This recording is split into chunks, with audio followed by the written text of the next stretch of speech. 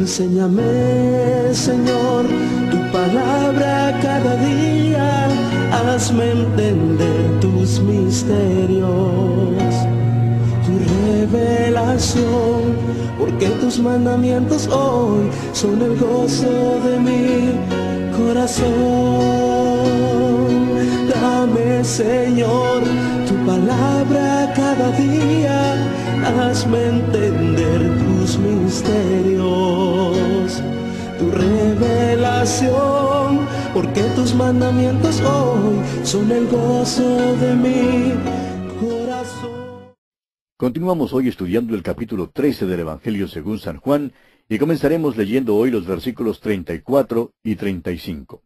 Dice Jesús: Un mandamiento nuevo os doy, que os améis unos a otros como yo os he amado, que también os améis unos a otros.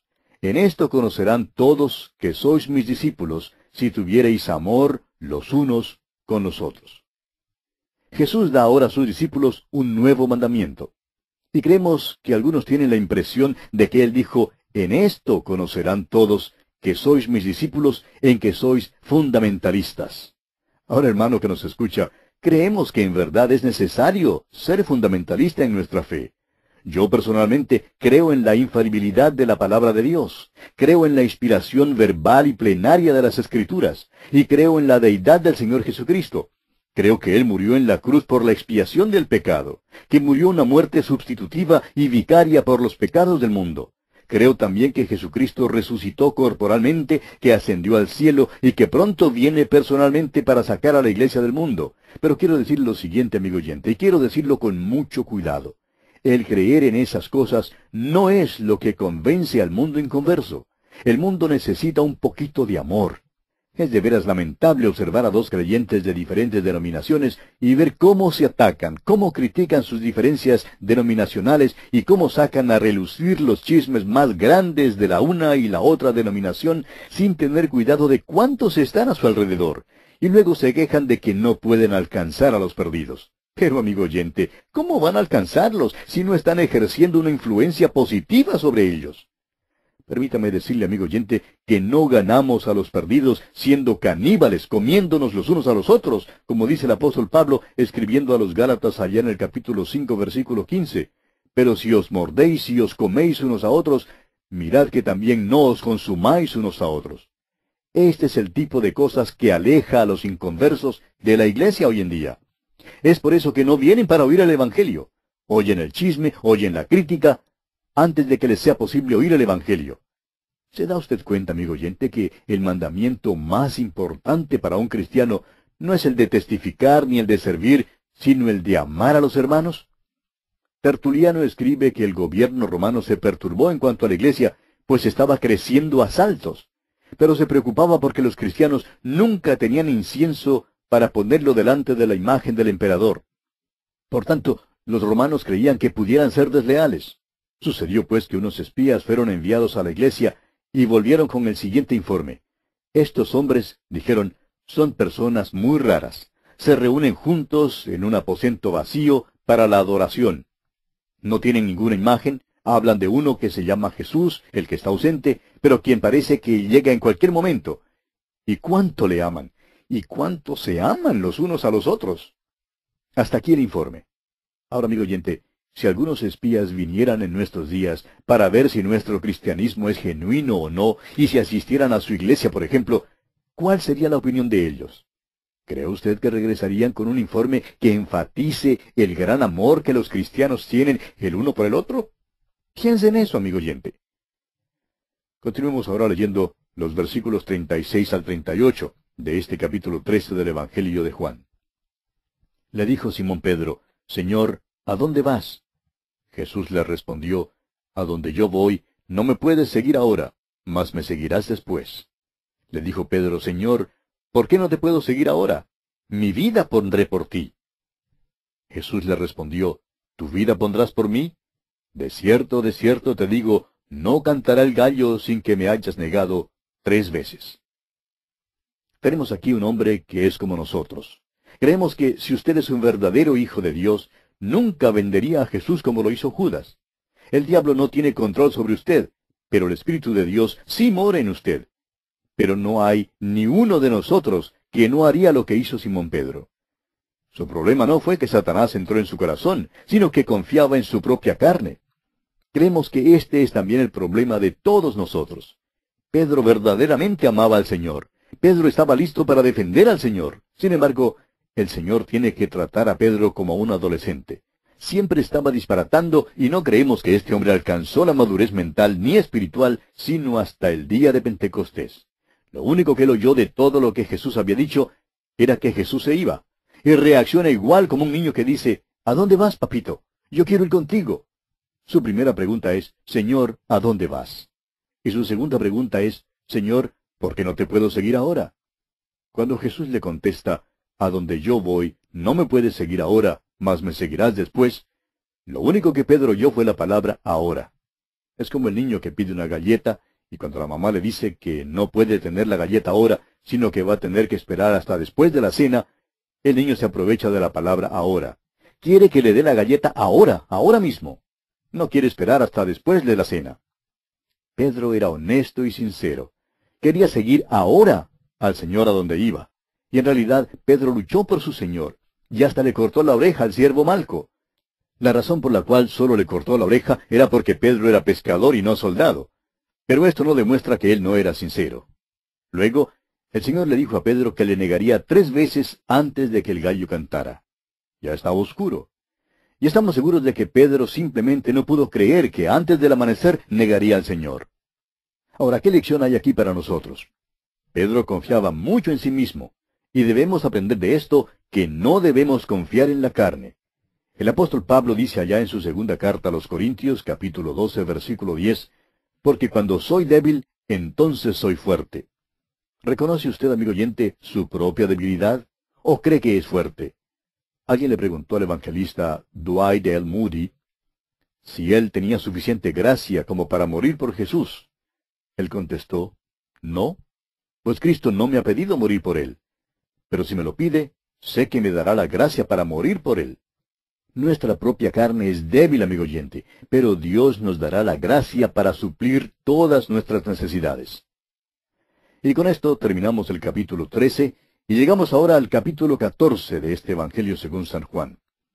Las divisiones de la Biblia en capítulos son buenas porque nos ayudan en nuestro estudio de la Biblia, pero a veces la división no ocurre en el mejor lugar. Y creemos que esto es lo que ha ocurrido aquí entre los capítulos 13 y 14. En verdad, lo que nuestro Señor dice en el principio del capítulo 14 es una continuación de lo que le estaba diciendo a Simón Pedro en el capítulo anterior. Vimos en el capítulo 13 que Simón Pedro declaró que estaba dispuesto a morir por el Señor. Luego, el Señor Jesús le dijo que él, Pedro, le negaría 3 veces antes de la hora en que el gallo cantara por la mañana. El Señor Jesús aquí sigue hablando y todavía le habla a Simón Pedro. Esta porción de las Escrituras ha servido de mucho consuelo al pueblo de Dios a través del correr de los años. Hemos llamado a este capítulo el capítulo más conocido de toda la Biblia. Hace años, un programa radial hizo la sugerencia a sus oyentes de que escribieran informando cuáles eran sus capítulos favoritos de la Biblia. Claro que se esperaba que el capítulo 14 de Juan se encontrara entre sus favoritos. Pero ocurrió que más radioescuchas indicaron el capítulo 14 de Juan que todos los demás capítulos juntos. Amigo oyente, el contenido de este capítulo 14 le fue dado a un hombre en una hora de emergencia, en una hora de crisis, y le fue dado para ayudarle a superar su dificultad. Le fue dado para sostenerlo durante aquella noche oscura de negación y para traerle a una relación correcta con Dios. Le fue dado para consolarle. Y este mismo capítulo ha suavizado el golpe para multitudes de personas desde aquel día hasta la hora presente. Leamos pues el primer versículo de este capítulo 14 del Evangelio según San Juan. No se turbe vuestro corazón. ¿Creéis en Dios? Creed también en mí. En este mismo momento, los hombres por todo el mundo están buscando consuelo. Tratan de conseguir la paz en sus corazones. Pero solo Jesús puede traer aquel consuelo, aquella paz tan anhelada. Y aquí Jesús nos da la base para aquella fe. ¿Creéis en Dios? Creed también en mí, dice el Señor. En el idioma griego, estas palabras pueden ser un imperativo o un mandato. Creed en Dios, creed también en mí. Ahora, junto con la palabra creed, encontramos la preposición eis, que significa en. Y cuando Juan habla en cuanto a la fe salvadora, siempre incluye esta preposición. La fe no es inactiva ni pasiva. Significa creer en o creer a. Es una fe activa, una confianza a la que uno se encomienda. Si usted cree que su automóvil le llevará a su casa, ¿cómo es que llega a su casa? ¿Simplemente creyéndolo? No. Usted lo cree lo suficiente como para confiar en el automóvil. Entre en él y confía que le va a llevar a su casa. Bueno, así es como uno se salva. Usted cree en Cristo, confía en Él. Hay quienes tratan de declarar que Jesús nunca enseñó acerca de su deidad. Y nos gustaría saber qué es lo que Él dice aquí en este primer versículo, si no es que se hace igual a Dios. Su declaración aquí aclara muy bien que primero es necesario creer en Dios, y entonces ya no somos ateos. Luego, para ser cristiano, es necesario tener una fe personal y una confianza en Cristo. Las dos son necesarias. Leamos ahora el versículo 2 de este capítulo 14 de Juan. En la casa de mi Padre muchas moradas hay. Si así no fuera, yo os lo hubiera dicho. Voy pues a preparar lugar para vosotros. Vamos a dejar en claro, en primer lugar, lo que es la casa del Padre. La casa del Padre es este universo vasto en el cual usted y yo vivimos. Vivimos en uno de los planetas más pequeños. Somos simplemente un puntito en el espacio. El hecho es que si pudiéramos alejarnos lo suficiente, nadie nos podría ver ni con un telescopio más potente. Pero vivimos en la casa del Padre. Hay un librito que se intitula Este universo que se extiende. Y ese libro nos cuenta acerca de cómo vivimos en un universo que siempre se sigue extendiendo. Primero, los hombres pensaban en la Tierra como las estrellas, como si fuesen pequeñas lamparillas atornilladas en la parte de arriba del universo. Luego, los hombres empezaron a explorar y descubrieron que nos hallamos en un sistema solar. Somos en verdad un planeta menor que gira alrededor del Sol, y hay otros planetas que bailan con nosotros. Nosotros, junto con los demás sistemas solares, estamos en un sistema galáctico, y cuando usted mira arriba a la Vía Láctea, usted ve el otro lado de nuestro sistema galáctico. Ahora, amigo oyente, eso es solamente un solo sistema galáctico. Hay todavía muchos otros sistemas galácticos que hacen que el nuestro parezca un maní en el espacio. Se nos dice que nuestro vecino más cercano, Andrómeda, queda como unos 200 millones de años luz de nosotros. De modo que, amigo oyente, no vaya usted hasta nuestro vecino más cercano en el sistema galáctico para pedirle prestado una taza de azúcar o de café por la mañana porque no le será posible volver para el almuerzo. Ahora, aún estos sistemas galácticos no constituyen en manera alguna el fin del espacio. Más allá de ellos hay lo que llaman cuásares. Ahora, la razón por la cual los astrónomos los llaman cuásares es porque realmente no saben lo que son. Han hallado estos cuásares mediante gigantescos radiotelescopios como los que tienen en el desierto de Mojave y en Arecibo, Puerto Rico. Y han encontrado que más allá de aquellos cuásares hay otros. Puede ser, pues, que vivimos en un universo infinito. Simplemente no sabemos cuán vasto es este universo. Es concebible que un Dios infinito haya creado un universo infinito. Si hay un universo infinito, tiene que haber un Dios infinito. Nuestro Señor dijo, en la casa de mi Padre muchas moradas hay. Y creemos que Jesús se sonrió un poco cuando dijo eso. Él mismo fue quien las creó, y Él sabía cuántas había allí. A usted y a mí probablemente nunca nos será posible contarlas. No creemos que Dios tenga un letrero colgado en alguna parte de este vasto universo indicando que hay algunas vacías. Ahora, no queremos decir que haya hombres, o humanidad, o seres humanos en otros planetas. No creemos eso. Una humanidad es suficiente. Pero somos nosotros, los que vivimos en este pequeño planeta, los que nos hemos rebelado contra Dios. Creemos que este vasto universo, lleno de criaturas inteligentes, está mirando a esta pequeña tierra. Aquí es donde ven en el universo algo singular. Ya sabían algo en cuanto a la sabiduría de Dios y de su persona y su poder, pero no sabían nada en cuanto a su amor, hasta cuando la segunda persona de la Trinidad, el Señor Jesús, bajó a esta tierra y murió en la cruz, porque de tal manera amó Dios al mundo que ha dado a su Hijo unigénito. Entonces hubo una manifestación del amor de Dios en esta tierra. Usted y yo creemos a veces que valemos algo, que tenemos algún valor. Bueno, no deseamos ofender a nadie, pero, amigo oyente, ¿sabe usted que la raza humana no es digna de salvarse?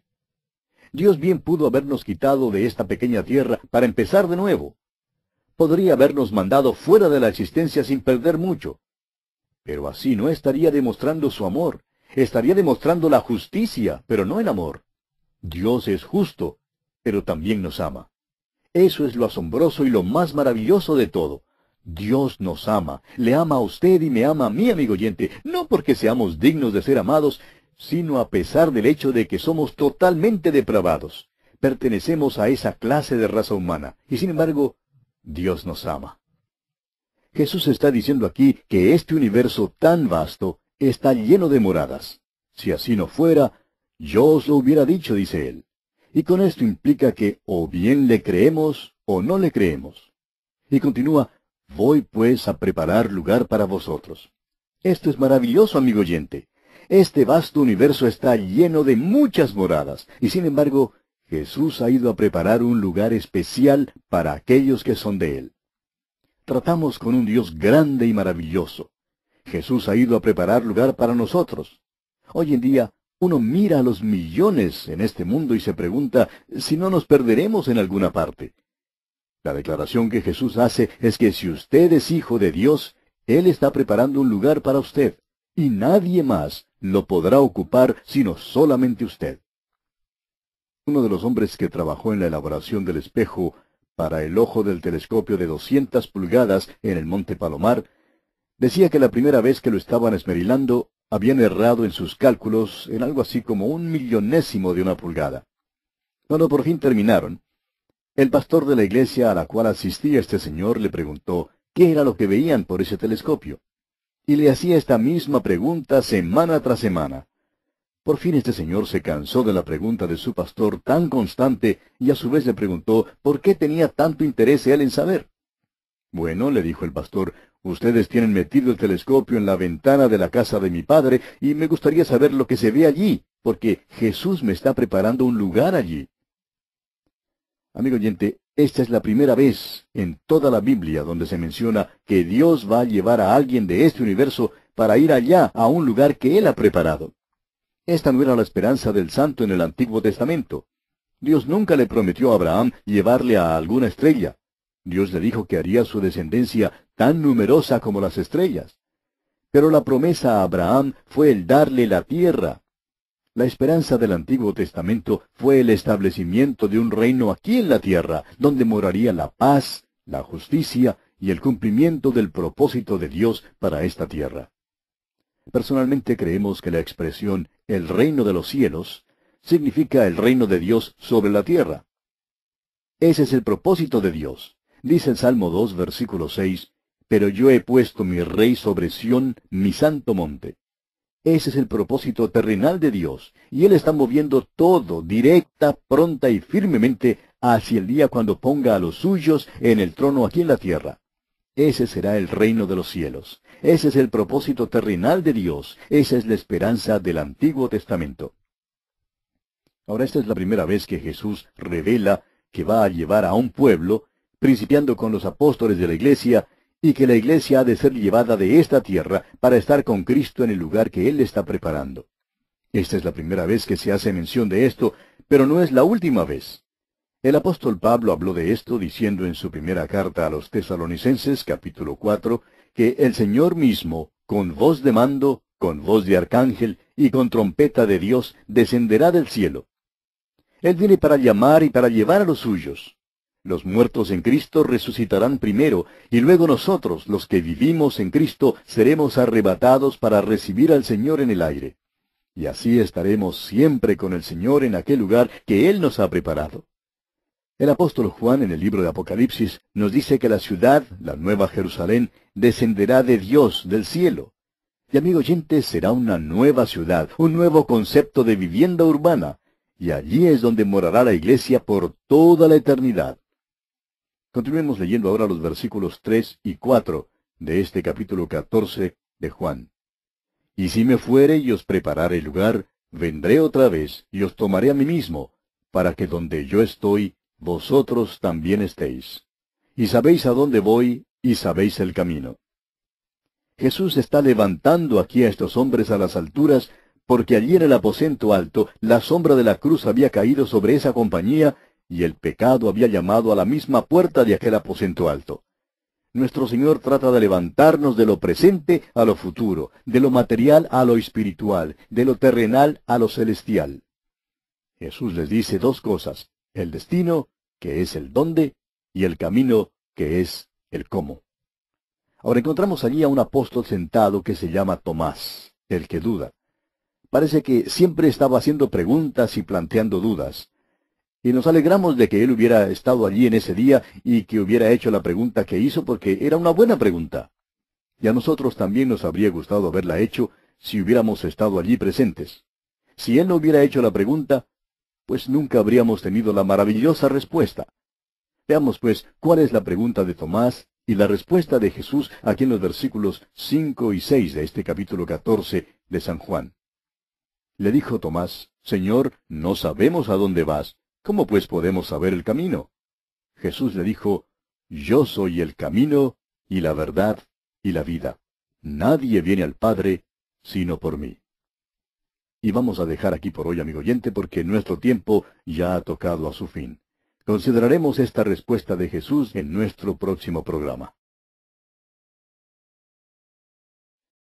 Enséñame, Señor, tu palabra cada día, hazme entender tus misterios, tu revelación, porque tus mandamientos hoy son el gozo de mi corazón.